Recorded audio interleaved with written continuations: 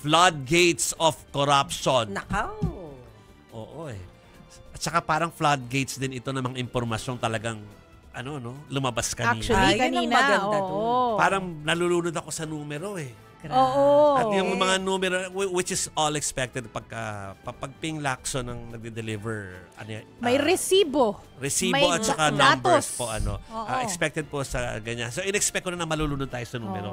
Pero hindi ko maiisip yung feeling ko na ganun karaming milyon at zeros yung pinag-uusapan natin na nanakaw sa atin. Oo. Kalain mo. At alam ko Diba? may resibo talaga siya dahil sabi niya kanina, ready naman daw silang ibunyag itong mga pangalan na ito. At may nabunyag. Kapag may hearing na talaga. Oo. At ayan Proper na nga, venue. may nabunyag. O, Meron nga kanina. pakwento tayo.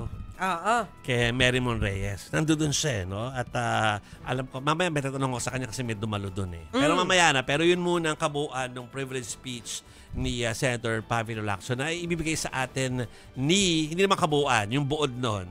Ito po si Mary Mon Reyes.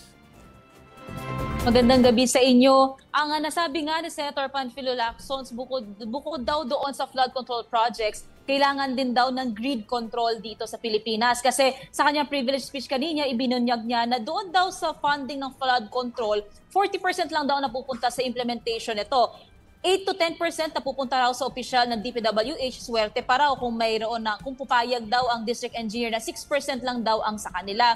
May X lang 2 to 3% pa na parte naman ng District Engineering Office kung may susobra sa contractor profit. Ito yung tinawag ni Senator Lacson na reseta-reseta kasi nakasulat daw at napagdesisyonan na ito. 5 to 6% para raw sa mga miyembro ng Bids and Awards Committee, 0.5 to 1% para naman sa COA, 5 to 6% royalty para sa politikong may kontrol sa distrito kung saan i-implement nga ang proyektong ito at 20 to 25% para sa funder o project proponent na maaari rin daw ng mga politiko. Naging notorious din, binigyan din ng senador ang Bulacan bilang notorious patungkol dito sa mga maanumalyang flood control projects kasi sa kanilang investigasyon ng kanyang opisina, humigit kumulang na 30 ghost flood control projects ang naitala nila. Nagbanggit pa nga siya ng 2 former district engineers mula sa DPWH na naka-assign sa first engineering district ng Bulacan kung saan noong 2024 daw nagtala raw sila ng 28 projects with the same project costs despite na magkakaiba daw yung pinaka-materialization nito.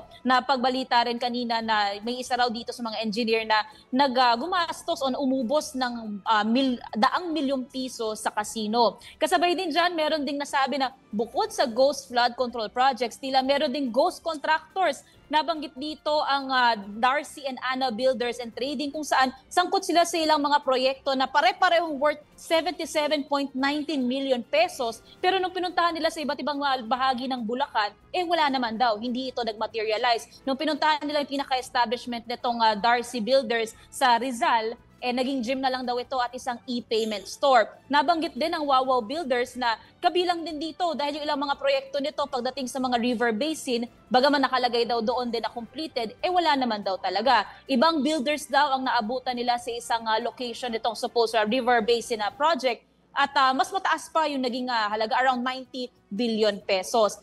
Yun nga lang nahinto hanggang doon lang sa privilege speech, nag-manifestation of support lang ilang mga senador kasi masama ang pakiramdam ni Senator Lacson, itinawid niya lang daw itong privilege speech pero nasabi niya na plano rin nilang puntahan o investigahan din ang ilang bahagi ng Bicol, maging ng Mindanao at aabangan natin sa susunod na siguro pagbabahagi niya kung ano ang mahanap nila rito. So far yun ang latest mula rito sa Senado.